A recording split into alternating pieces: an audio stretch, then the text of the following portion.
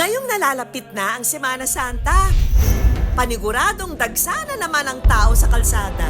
Kaya naman ang bilid sa mga kapuso nating magbabakasyon o magbibisita iglesia, maging alerto sa mga gamit. Dahil kung minsan, ang gamit na naiwan, inaangkin na ng ilan. Prank cellphone. Tulad na lang sa video na ito kung saan sa gitna ng abalang kalsada, sadyang idinikit sa sahig ang kunwari nahulog na cellphone. Ayun. Ang inisyal na reaksyon ng mga tao, pulutin ito. Nakapulot ako cellphone. Maaring para hindi matapakan o para maisole sa nakaiwan. Mabait, mabait. Hindi napulot. Pero makikita rin sa eksperimento ang ilan na tila kanya-kanyang teknik para pasikreto itong damputin.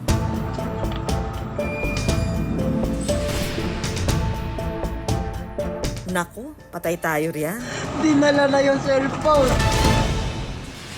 Sa post namang ito, ibinahagi ng mag-asawa ang litrato ng isang babae na sakay ng isang taxi. Sa laysay nila, naiwan daw ang cellphone nila sa taxi at ang pasaherong babae na sumunod sa kanila, nakuhanan daw ng dash camera na kinuha at itinago ito. Matapos nito, hindi na raw nila nabawi ang cellphone.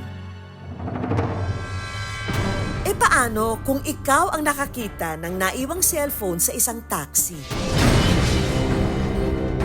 Honesty is the best policy ba? O finders keepers na? Yan ang alamin natin for today's video.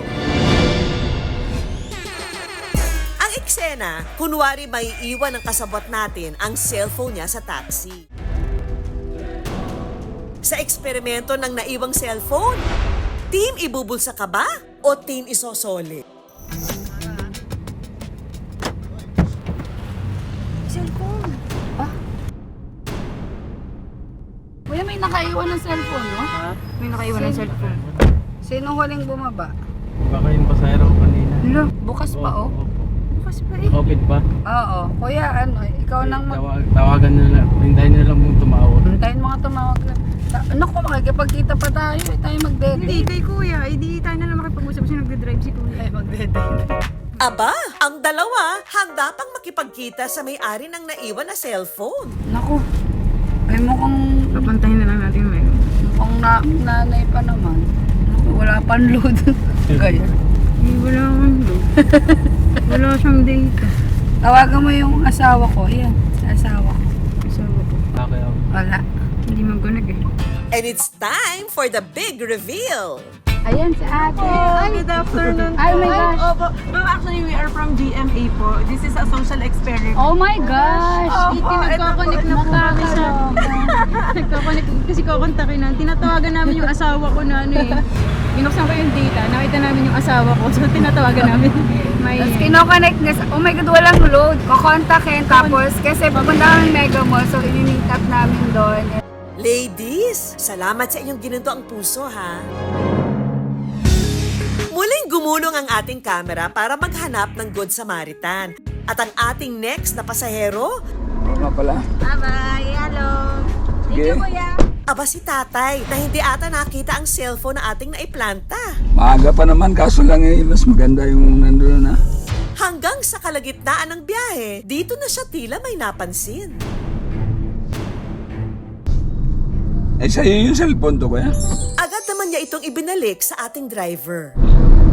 Ay, may cellphone. O, yan o. Baka sa pasahero ko to.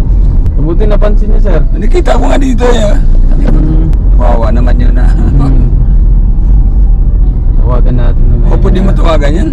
Para at least hindi na siya mag-alala. Success! Gatin lang kami sa... Hello po, sir. Ito po yung camera po namin. Social experiment po kasi yung nangyari kanina. Yung nakita niyo po yung phone. Hindi niyo po Ay, naisipan parang na hindi ko ginagawa. naman pinag-iinteresan, ma'am. Kasi, siyempre, baka kailangan din ng mayari. Sabi ko nga, sabi ko kung pwede matawagan kagad yung... Good job po sa inyo, tatay. Para sa ating susunod na eksperimento, dito kami pumwesto sa kainan kung saan dagsa ang tao. Ang eksena, kasama pa rin ang ating kasabot na babae Wait nga, ang hirap kumain. na kunwari makakaiwan ng kanyang telepono. Thank you po. Meron kayang Good Samaritan? Ang una nating target, ang babaeng ito na lumapit sa tindahan. Maya-maya pa, tila napansin na niya ang cellphone na naiwan. Kapansin-pansing palingon-lingon ito sa mga tao. Hahanapin niya kaya ang may-ari nito? Pero bago pa man makakilos ang babae,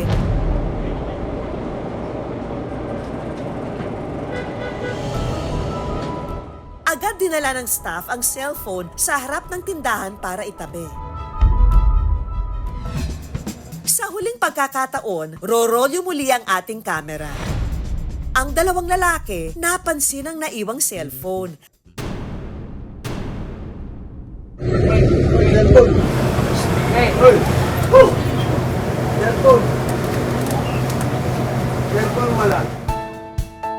Oh, cut na po! Hello po. From GMA po kami actually. Ito po yung camera po namin. Social experiment po namin. Opo. Hello po. Thank you, tatay. Siyempre, pangangailangan ng tao yun. Kaya dapat lang mabalik sa kanya. Ano kasi ma'am yung iwan kanina yung cellphone. Inabol ko sila dito. Lumabas po kasi kaagad eh. Maganda na yung nakakatulong tayo kaagad eh. Maraming salamat sa inyong katapatan. Nakapulot ako cellphone. Para sa iba, ang pagpulot ng isang bagay na naiwan naman, maliit na bagay raw at hindi naman maituturing na pagnanakaw. Ano kaya ang masasabi rito ng eksperto? Depende sa perception ng isang tao. May mga taong naniniwala na pag napulot ko ito at walang umangkin, akin. May mga tao naman talaga dahil nga sa paniniwala nila kung paano yung ganda ng loob nila, ang gagawin nila, isusole nila yung isang bagay na hindi naman kanila. Para ang ganitong eksena ay maiwasan, may mga payo ang ating kapulisan. Iwasan natin magdala ng mga mamamahaling gamit na maaring maka-attract sa mga kriminal. Pangalawa dyan, kung magdadala man tayo ng mga gamit, i-secure po natin. Pangatlo, ugalin po natin mag-travel in groups. There's strength in numbers. Kuya, may nakaiwan ng cellphone, no? Ika nga nila, honesty is the best policy. Mahirap man ang mundo na ating ginagalawan. Hindi dapat nawawala ang ating O pwede matawagan yan. Para at least hindi na siya mag-alala. katapatan.